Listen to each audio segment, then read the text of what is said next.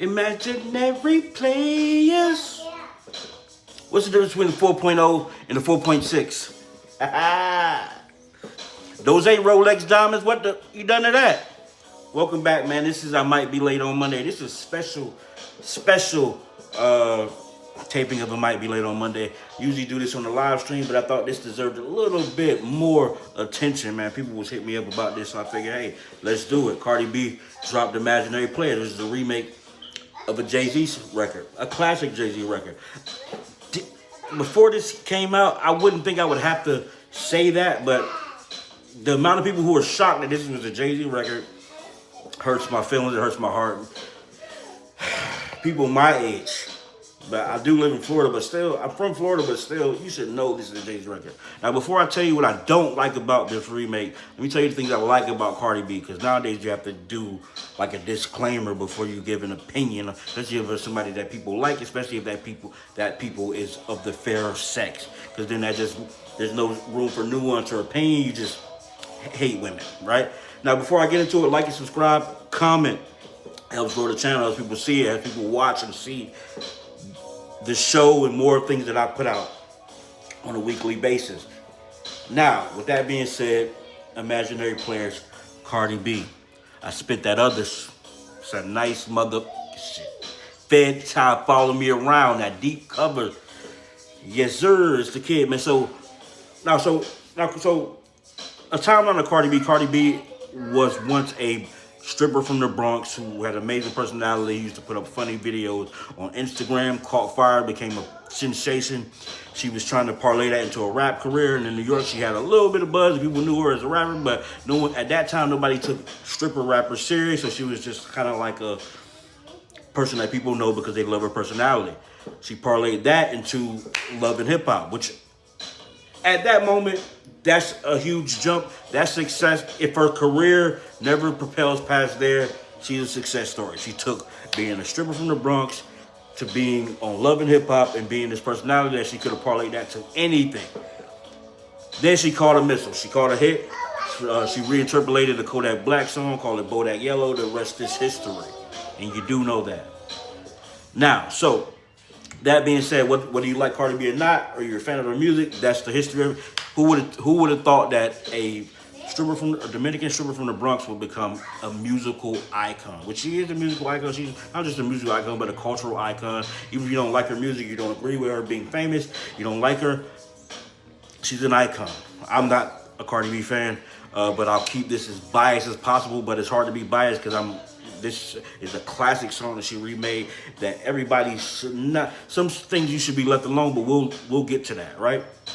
So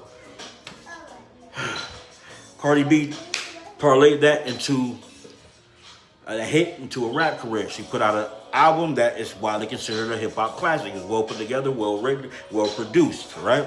Obviously, she's a pop star more than she is a rapper, in my opinion. So, she had the best writers, the best team that propelled her into superstardom, which hey, it is what it is. That's what happened. I don't make the rules, don't be mad at me. Right? Now, so Cardi B, there was rumblings and there was rumors that she had got cleared the sample for Imaginary Players from Jay-Z, and she was going to do a record, and people were like, well, what could she possibly rap about on Imaginary Players beat, instrumental? Because we don't look at Cardi B as like a lyricist or like this rapping phenomenon or genius persona. We just don't. That's just not what we look at Cardi B for. We don't look at her in that way. But this is probably one of the first times where at least an artist of this caliber, a major artist, has because of course people sample classic beats all the time. Very rarely do you see somebody who we don't consider like a lyricist or rapper or like just somebody that we respect in that arena of making rap music. Not only redo a song but present it as like a single. Like one of her lead singles and it being put on her album. Most people will redo it, put it on their mixtape, or just give it out for free because I don't know if Jay was clearing it or not, or people just didn't think to even ask him to clear it because something should be left alone, in my opinion. Of course, we're in the land of where you do what you want now. I guess you do what you want when you popping, as they say, right? So the long-awaited drop comes out, and she rapping on there. She's rapping. She's rapping. Most people would say that she's aiming it towards Nicki Minaj, because Nicki Minaj is at the height, and they've had their back and forth and their disagreements. And I don't get into that. I don't really do gossip, especially between women. Even though it's a hip hop, healthy hip hop beef, and of course, Imaginary Players, among other shots that have been taken, a lot was aimed at Mace at the time, because at the time, Mace was the biggest thing in rap, and they had their friction, and a lot of those bars were made for Mace. So it's not to say that this instrumental, this song is above like a rap beef or a hip hop beef, because it's not. It's actually, in its essence, a diss record, just on some player shit, right? Here's the now. So I won't get into the whole like who wrote it. I think she's listed as the writer of it, but I'd bet my kidney that she didn't write a bar of this. Just because Cardi B has probably had the most annoying voice possible. I think a New York Dominican woman from the Bronx. And I don't want no trouble. I don't want no beef with nobody. That's an annoying a major part of being a rapper or a musician, period, is how your voice sounds to people's ears. So that was one of the things where I never understood the Cardi B reverence, because it doesn't aesthetically sound very pleasing to the ear. And the way she pronounces words and the way she says things is kind of like off cadence, but that's neither here nor there. If you like it, I love it. Obviously, she has a huge fan base. People don't care about that, but and she's the example of personality over actual talent. I don't think she's very good. But with that being said, she put out the song. She rapping, doing her 1-2, doing her thing. Bless her heart, and I love it. I'm a fan of the. I take that back. I'm not a fan. Blur that. I didn't mean to say I'm a fan. I was trying to turn the background noise off. Can't turn my daughter off. She's running around. But anyway, she put out the song. She rapping, and people ask me what I think about it. You know, and like my friends and people who know that I'm into music and I come from radio and I have strong feelings about, you know, people, Jay-Z and Cardi B's music. And somebody said, you should make a video and put it on YouTube. And I wasn't going to do it, but then I saw a DJ that I respect from our city put up something and said, oh man, Cardi B spitting, man, and she may overtake Nicki with this. And I was like, okay, all right, let's pump our brakes. Let's relax. Let's not do that. That's a ridiculous thing to say. Let's be honest. And so I went back and gave it a real listen, because I didn't give it. Like I said, I hear Cardi B's voice on the record and I can't listen to it. It's just not sonically pleasing. It just isn't. But then I go back and listen to her, and she rapping, she throwing her little bars. I don't say little bar. I'm trying to be as respectful and as unbiased as possible. But she was she had punchlines, and she was as clear and as smooth as I've heard her be, which is not saying a lot, but it was at least put together well and sonically okay to listen to. The thing about redoing a classic, which is no slight on Cardi B, actually is people will all automatically hear the original. Apparently, I was wrong about that, because a lot of people, like I said, I got a friend that does music, and he's like my age, or maybe like a couple years younger, but still like 34, 35. And he was like, oh man, Cardi B was spitting, and then he hit me and he said, oh, hey, that was a Jay-Z song? And I was like, come on. I was like, Slick, you gotta know that that's a Jay-Z song. Come on, you gotta go back and listen to it. Anyway, so maybe my bias is because I know the original, I lived the original, I grew up in the original, and that's what we know of that song. But I guess there's a whole group of people with the internet who don't even know the big hoopla, and they just think it's just another Cardi B song. The thing is, if that's the case, then it's kind of a failure of a song because it's not a good enough song to stand on its own outside of the nostalgia. So if the people who listen to it are not listening to it because of the nostalgia, other than it is some subs to Nicki Minaj, people will buy that for a look. People will listen to it, but it won't propel her new music, in my opinion. But listen to the song. It's not. It's not.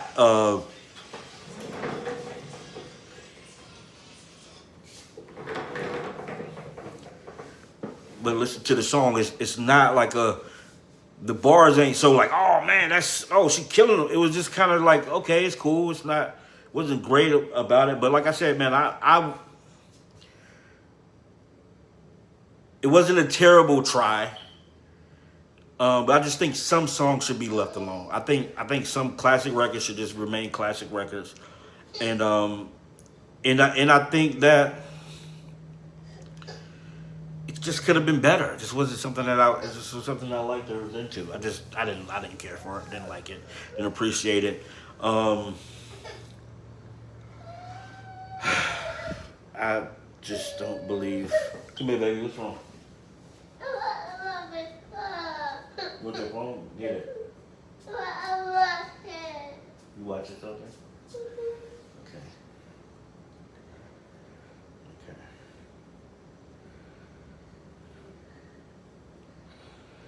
Let's see.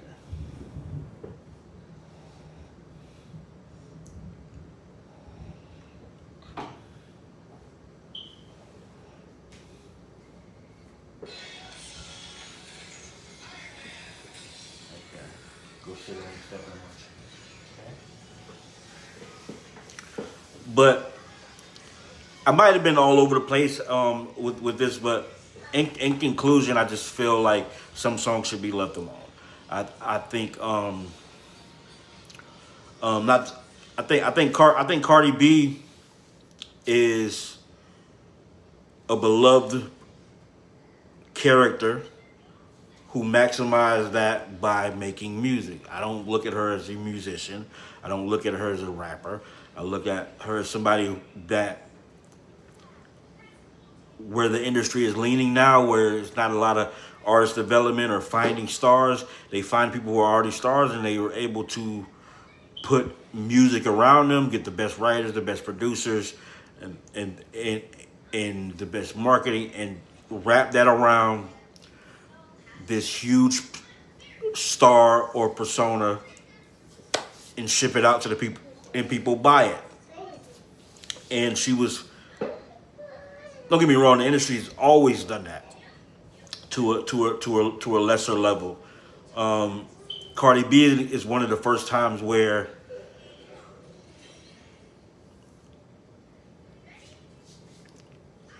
it was her the way she sounds on records and how she puts out music was so hard to clean up that even the clean polished version of it to me doesn't sound sonically pleasing.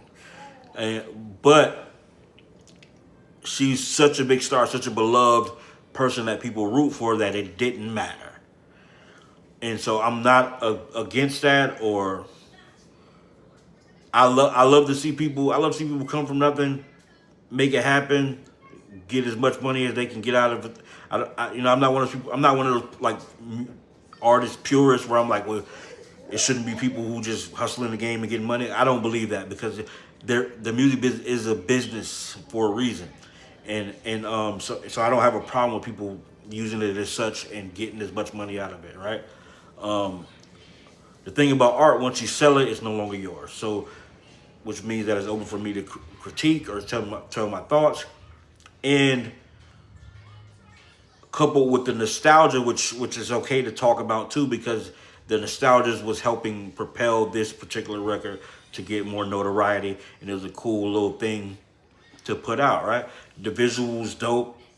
I'll see if I can put some. I may put the video in the background, let it play in the background, but she is definitely under a huge machine, so they might copyright the hell out of my stuff. So I'll see if I want to put. But the visual is amazing.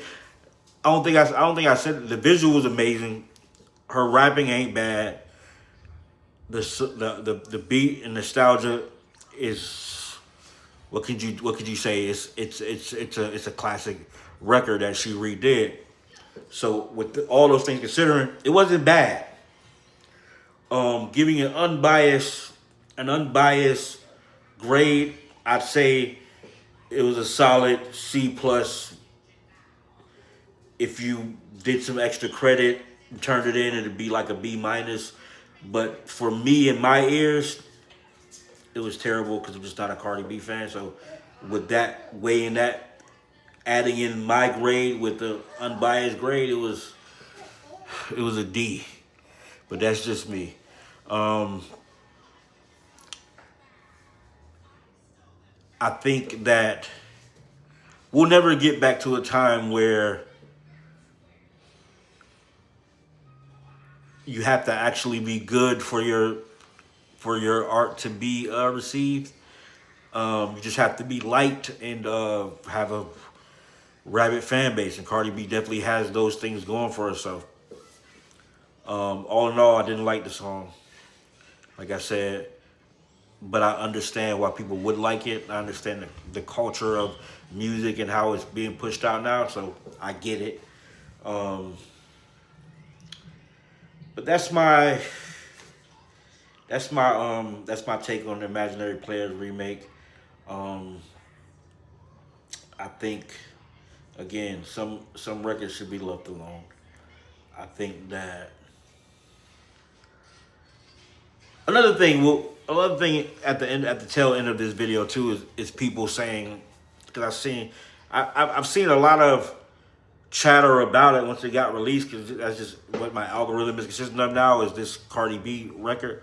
But I see somebody say, "Oh man, it's Jay-Z's being petty because Nicki was going at him online, so he cleared this and let Nicki Minaj get at her." And I don't know if I believe that. I don't think Jay-Z pays enough attention to care about that.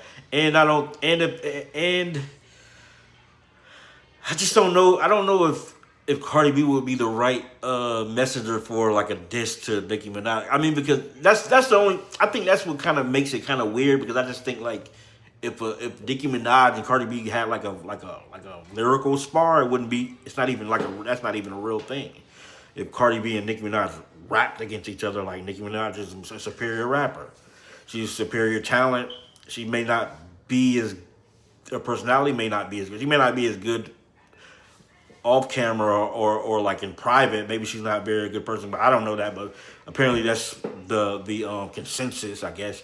But I taking shots at somebody using somebody else's lyrics, because again, like they said, they are saying that she wrote it. She is getting like on the credits it says that she wrote it, but I don't think nothing Cardi B has said like in public, or like just hearing her talk or speak or lament or have a conversation about anything would lead me to believe that she's capable of writing songs that are like witty. No, I don't say witty because she's witty or clever, but not like intricate raps. And this wasn't necessarily like intricate raps that she put on this record, but for her, they kind of were. But back to the Jay-Z point, is like I don't think Jay-Z would use Cardi B as the vessel to get at Nicki Minaj on a lyrical like tangent or whatnot. I could be wrong. Who knows how the inner workings of things work. I just thought that was interesting. People would be like, "Oh man, Jay-Z's so petty, he cleared that sample so Cardi B can get at Nicki Minaj." And I just don't believe that's the case. I think it was just a cool flip that, because Cardi B, like I said, Cardi B is the state of like music for like for New York rap. Not only just females, but New York rap. She's the biggest rapper in New York who still makes music, to be honest. So I think, and she works, and she's signed to a major machine. She's probably the number one asset on that machine, or one of them. She's a legitimate pop star. So it's easy for them to reach out to somebody who can get that record cleared. And I don't think it was like some sinister plan by Jay-Z or Rock Nation to silence or get back at Nicki Minaj. I just think it was just low hanging fruit. Um, I just don't respect Cardi B's artistry. I understand why the Cardi B machine works.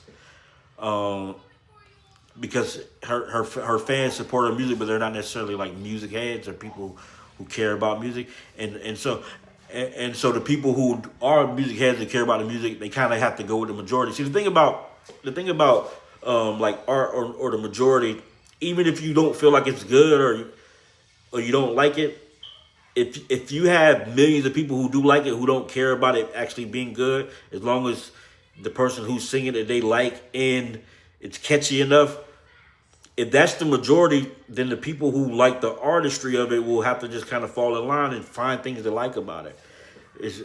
So there's some people who I respect their musical opinion who actually like Cardi B or like these songs, and perhaps just an acquired taste. But like I said, I do think that sometimes, not sometimes, all the time, I think that there should be like a separation between people who have an affinity for the art, and then people who are just pop stars, and let them just make pop star records. Um, I think one thing about Jay-Z was always somebody who was about his money and talked about the hustle of the music business and all that kind of stuff. Even Imaginary Players is a very like flamboyant, flashy, audacious record in a very calm monotone, Jay-Z's signature style. But it was definitely about hustling and getting money out of the game. But we could also say that Jay-Z definitely cared about the artistry. He didn't put out no crap. Even this song is an immaculately written song on an immaculately written beat with an immaculate concept, and the barbs and the shots were sharp and concise on the original Imaginary Players, and that's just my take and critique on that song. I didn't really like it, man. Tell me what you think. Beat it up in the comments. Let me know if you was dealing with imaginary players. And am I tripping on the Cardi B thing? Like I like it. Is her voice not annoying, or is that just me? Man, y'all let me know in the comments. I could be wrong, could be right. So I'm never wrong then, right? Man, we out.